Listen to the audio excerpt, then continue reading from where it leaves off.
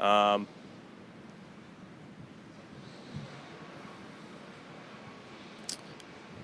that's it. You guys have a good morning. Oh, so hey, how'd you enjoy the game? Oh, it was awesome. And if you played the over, you were probably really bummed out. But just you could just the intensity and the energy in that arena was awesome. Doug, your reaction to having to put your horse in a security barn beginning Wednesday, and if you had your druthers, would you move him earlier to try and get him more accustomed to it? Great question, David. Yeah, I have no problem with detention barn. I wish we could go over there today, and it sounds like it was not a real organized thing and kind of a late decision. And in hindsight, I wish they could have decided that earlier, and we all could have been settled into the detention barn. But that's okay. We're blessed. It's an inconvenience for the horse and the staff, but this horse is just so unbelievable. He's the kind of horse you could change stalls every day between now and the Belmont, and he's going to be just fine. So I think we'll be in good shape. No. Someone asked today, do I think they're picking on me? I don't see that at all. I think, the racing has had a lot of black eyes all over the country, and especially in New York, and they're just trying to prove to the public how awesome these animals are and how well they're taken care of. So I think any kind of, showing people the backstage all-access pass is a great thing for the sport, so I don't see a problem at all. But it just, I read Michael Matz's quotes, and I agree with him. It's just something that it looked like they just kind of came up with instead of they should have had this figured out a week or so ago, but we'll be fine. Your thoughts on how he went today? I thought he went great. I thought I was going to have my brown pants on after the horse dumped the rider and got loose and ran and just barely missed. I'll have another in our rider, so that was a little stressful. But once we dodged that, everything went really well. He jogged great, galloped super, and I'm noticing every day he's cooling out even quicker. So. He seems like he loves it here, and he's really getting used to the oval and used to the footing, and couldn't be happier with the way he's going.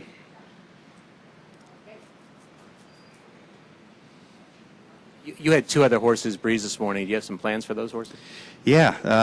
The one horse is a horse named Unix Dally, who actually won the race after the Preakness, which is probably the least watched race in Pimlico history. And he's supposed to run in a first condition allowance the day before the Belmont. And then we had a 3-year-old filly that we purchased from Europe named Four Better, who's supposed to run in I think it's the Fama, the 3-year-old filly stake race on Thursday. So I really liked the way they both went. They both finished up with good energy and cooled out really well, and hopefully those are good spots for the horses and good spots for Mario to gain some knowledge of the track, even though they're both on turf. But they switched the Belmont over the turf course, so he'll have an edge. Going back to the detention barn thing, if you had an option to go into the barn today, would you? Right now, I would love to, yeah. Do you think it's unfair that they make this policy and it's not available yet to you? Well, I think the concept, what they're trying to do is smart with just trying to keep everyone in the same locker room and everything real controlled, but they're not thinking about the horse, that they're thinking about the what the general public thinks, which, we have to respect the general public. So I do think it's something that, in hindsight, it would have been nice if they could have had this thought process and told us all where to ship into right away. I mean, our horse is just doing so good here at Mark Henning's barn, and he's so settled, and, each stall has a different smell and feel, and now having to go over to a different barn and a different stall, and I'd like my guys to be in charge of disinfecting it and making sure it's all set up. So it's a little bit cumbersome, but it's all in the under the heading of transparency and just showing how a lot of negative articles about the business are not accurate. And so I love the fact that anything we can show that our business is about taking care of these great horses, and it's all about the horse, is a great thing. So now it's my job to make sure I'll have others in a safe environment and is settled in and ready to run a big race. Does it defeat your whatever, coming here early? Does it defeat that at all? No. Coming here early, it was all about the track, getting used to the oval and getting used to the surface, and part of it was too getting settled into into the barn area. So it's I still wouldn't have changed coming earlier, but it sure would be nice to right now have him be sleeping in a stall that he's going to be sleeping in the night before the Belmont. But in the big picture, it's not that big of a deal. Have they told you when this might be ready? I know it's not ready today, but could it be ready Saturday, Sunday? I know it sounds like next week, sometime next week. So you're at the mercy of whatever they tell you. So it's kind of a bummer, but every horseman, every horse in the race we're all in the same boat. So some of the guys who are able to stay where they're stable and then just ship into the detention barn probably have a little bit of an advantage there, but they haven't. I asked them about going in right away, and they said at the earliest probably next Tuesday. So I don't know why it would take that long to get stalls ready, but I don't know. You kind of think maybe New York has it out against you in a way? Nasal strips, they had a problem with the exercise rider, and now the stall issue? God, New York's awesome, and this is a historical event, and there's so much stuff going on right now in New York racing. There's so much positive stuff going on with the slots and the purses, and the stable area is full. How sweet is that? So I think they're just trying to themselves figure out a way to show the public that these horses are all royally cared for, and so any way we can be part of that, great. And I would imagine next year, horses will be shipping in earlier into a particular barn. So this is the first go around for them, and again, we're humbled to even be in the position we're in, and we're blessed to have a horse like I'll have another that you could tie to the tree outside the racing office, and he's going to run a big race. So he's just got a great mind on him, and through all this kind of New York confusion, some of the human connections might be a little bothered, but he'll be fine. Doug, news came today that Alpha is going to be forced to miss the race due to a fever. When you think about the Triple Crown Series, sometimes does it seem as much a battle of attrition as it does talent? It does, yeah. I mean, that's where, honestly, I think us winning the Bob Lewis this year just set everything into motion, because we weren't chasing graded money. The way it's set up, and so many horses want to run in these Triple Crown races, and to get in, at least the first one, you have to have usually a certain amount of graded money, and we've just been very fortunate that everything has gone to plan, which usually in sports doesn't always happen, but everything we've dreamt about on paper so far, so good, and we're just hoping we can maintain that through the evening of June 9th. Doug, what was Paul Redham's reaction to the barn situation?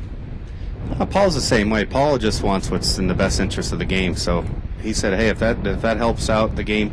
Paul's biggest thing, the Pimlico people had asked about putting a camera in I'll Have Another stall when we got there, and just to have it on their website and all access thing, I thought it was a great idea. And when I had told Paul, Paul said, I'm okay with that as long as every other locker room has, as long as every other horse in the Preakness has one. And I mentioned that to the Pimlico people, and that didn't go very good. So, Paul said, as long as everyone's locker room is open to everybody, great. But, if your competition can look in on your horse, if he's sleeping or not sleeping, or eating or not eating, and you don't have access to their locker room, then that's an unfair thing. So, when he found out that all the Belmont horses are going into this particular barn, he was completely fine with it. And again, this is a very, very special horse, as a lot of you, I think, would agree. And he's handled everything great, and it won't be a problem.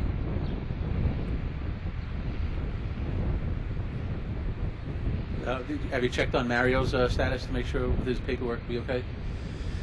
Mario should be fine. Yeah, they needed just a copy of my workers' comp, and we got that done. So he's fine. I think he's got to stay in a detention hotel, which is awkward. I really don't want to know what happens after 6 o'clock with him. But no, I think everything should be fine, and we're all fired up. He comes in Tuesday, I believe, or he comes in Monday. He should be here in the barn area Tuesday morning.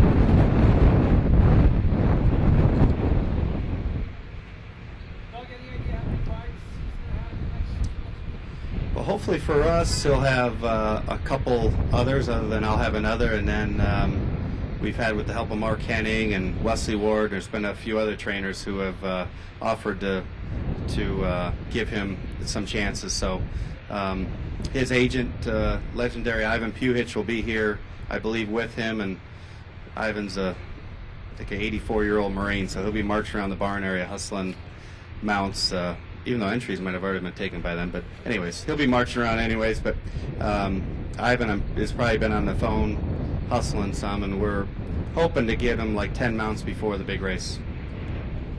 Migliori, I don't know if you read that, but I think David Grenning wrote about it, how Richard Migliori is kind enough he's going to get on Lava Man, and Mario's going to get on another pony, and they're going to walk the track, and Mig's going to just give him some advice of different parts of the track to be careful of, and that should be a priceless piece for Mario. Do you have a dirt horse at all to run? I don't, unfortunately. I have Boxer de Rue, but I was going to run him into Brooklyn, but I don't think so. I haven't really been super happy with the way he's trained the last few days, so I don't think Boxer's going to run, and no.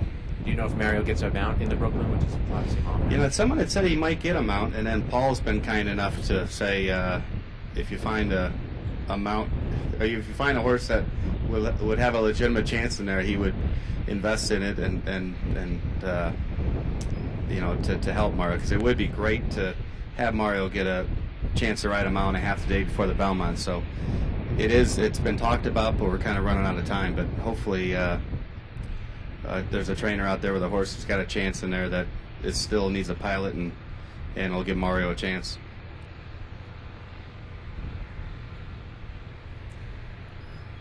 How late can a horse trainer stay at an NHL playoff game? That's a good question.